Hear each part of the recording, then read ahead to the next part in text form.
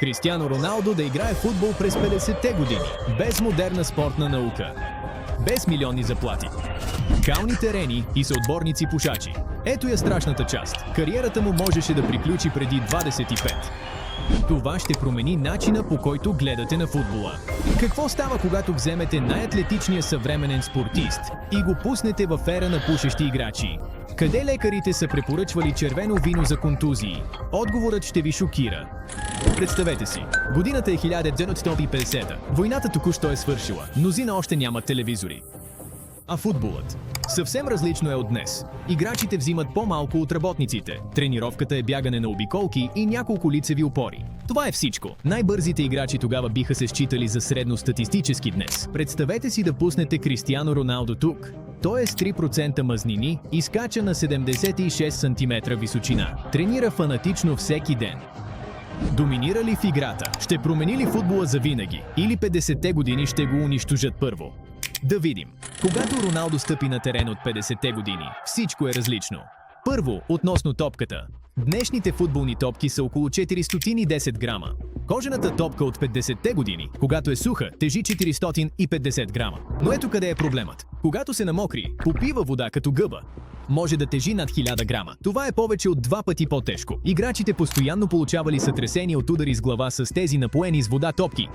Вратните мускули на Роналдо са за съвременни топки. Техниката му е за 100 000 часа. Тя е за топки с предвидимо поведение. Тази тежка кожена топка не се извива според очакванията му. Неговият удар с ефект без завъртане, невъзможно с екипировката от 50-те. Следват обувките. Роналдо носи специални Nike, тежащи едва 200 грама. Те са научно проектирани за перфектно сцепление. През 50-те години тежки кожени обувки тежат над 500 грама. Имат стоманени върхове. Ключовете са всъщност пирони, заковани през подметката. Играчите ги киснат във вода, нощем за омекване. Получаваха пришки. Травмите на краката бяха чести. И ето нещо премълчавано. Терените. Модерните стадиони имат дренаж и отопление под тревата. Използват специална трева, която е идеална за игра. През 50-те години повечето терени се споделяха с крикет или ръгби отбори. До средата на сезона те бяха на практика кални ями с малко тревни петна. Скоростта на Роналдо достига 33,98 км в час днес. На тези кални терени тя се намалява наполовина. Но почакайте, истинският проблем тепърва предстои. Стилът на Роналдо разчита на системи, които не съществуват през 50-те години. Съвременният Роналдо процъфтява в формации като 4-3-3 или 4-4-2. Тези системи имат конкретни позиции и движения. През 50-те години играят с 2-3-5. Това са двама защитници и 5 нападатели. Цялата стратегия е да ритнеш топката напред и да се надяваш някой да вкара гол. Няма такова нещо като крило, което да влиза навътре. Крилата стоят до тъчлинията и центрират топката. Това е работата. Нищо друго. Запазеният ход на Роналдо е да се придвижи към центъра и да намери свободно пространство. През 50-те години треньорите биха му викали. Биха казали, че е мързелив, че изоставя позицията си. Крещели му да стои широко. През 50-те отборите тренират 3 пъти в седмицата. Тренировката е тичане на обиколки и евентуално контрола, без работа в фитнеса. Фитнесът се считал за вреден за футболистите, без режими или стратегии за възстановяване. Ядели пържола с картофи преди матч. Те пият бира след тренировка. Някои пушат цигари на полувремето.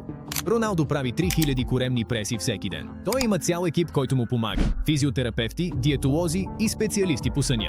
Той ползва криокамери и височинни палатки. През 50-те години биха го сметнали за странен, а съотборниците му биха му се смели. Медиите биха го нарекли слаб. Шокиращото е следното. Неговият професионален подход всъщност може да му навреди. През 50-те футболът не е наука. Това е работнически спорт, игран от обикновени работници, които имат и втора работа. Културният шок би бил опустошителен, но културата е нищо в сравнение с това, което се случва на самия терен. Съвременният футбол има вар, наказания за опасна игра и жълти картони за твърди влизания. През 50-те години това е практически легализирано нападение.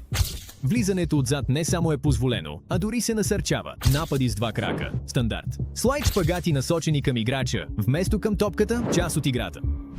Съдиите допуснаха почти всичко. Философията беше проста. Футболът е мъжка игра. Ако не можеш да се справиш, свири на нещо друго. Днес Роналдо е защитен от правилата и собствената си скорост. Защитниците не могат да го докоснат, без да рискуват карти.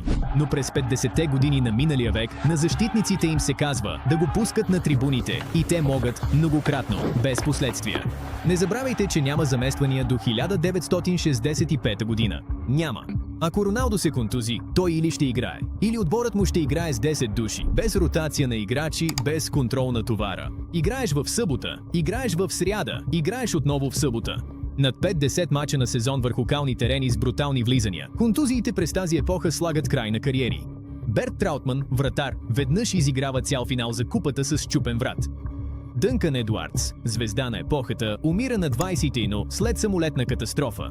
Медицината е примитивна, скъсано сухожилие слага край на кариери. Липсват протоколи за сътресения. Просто го отърсваш. Тялото на Роналдо е фино настроена машина, изградена чрез съвременната наука, но машините се чупят, когато ги използваш неправилно, а 50-те години биха го използвали много неправилно. Но тук става наистина интересно. Да кажем, че Роналдо оцелее след насилието. Да кажем, че се адаптира и започне да вкарва голове. Какво следва? През 2024 Роналдо има 620 милиона последователи в Инстаграм и печели 260 милиона долара годишно. Той е световна марка. През 50-те максималната заплата за футболисти в Англия е 20 паунда седмично.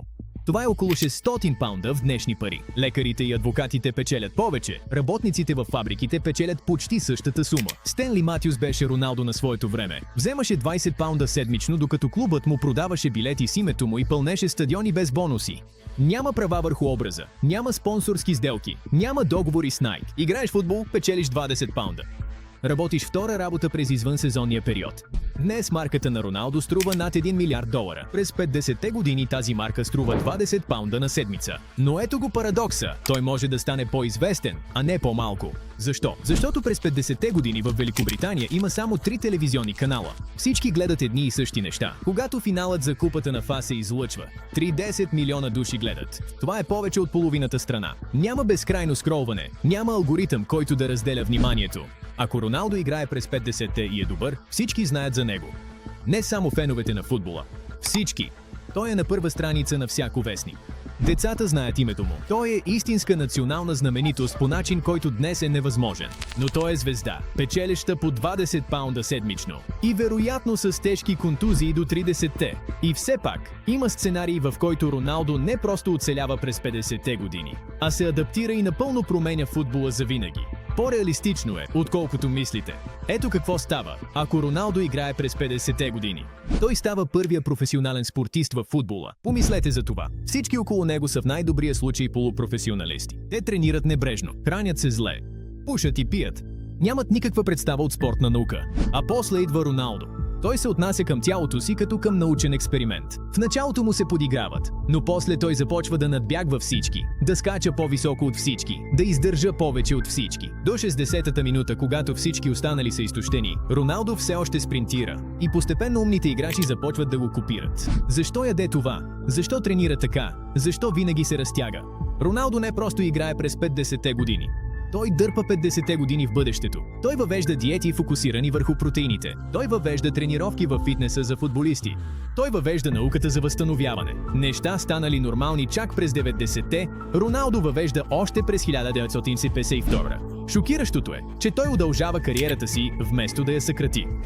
Защо? Защото докато всички останали разрушават телата си с цигари и алкохол, Роналдо запазва своето. Когато средната кариера приключва на 30, Роналдо все още играе на 35, 37, може би 40. Той се превръща в медицинско чудо в епоха, която няма обяснение за него. Максималната заплата отпада през 61 след протест на играчите. Ами ако Роналдо ускори този процес? Какво ако неговото доминиране и стойност накарат клубовете да нарушат тавана на заплатите? Какво ако той стане първата футболна суперзвезда днес? Не само известен, но и богат.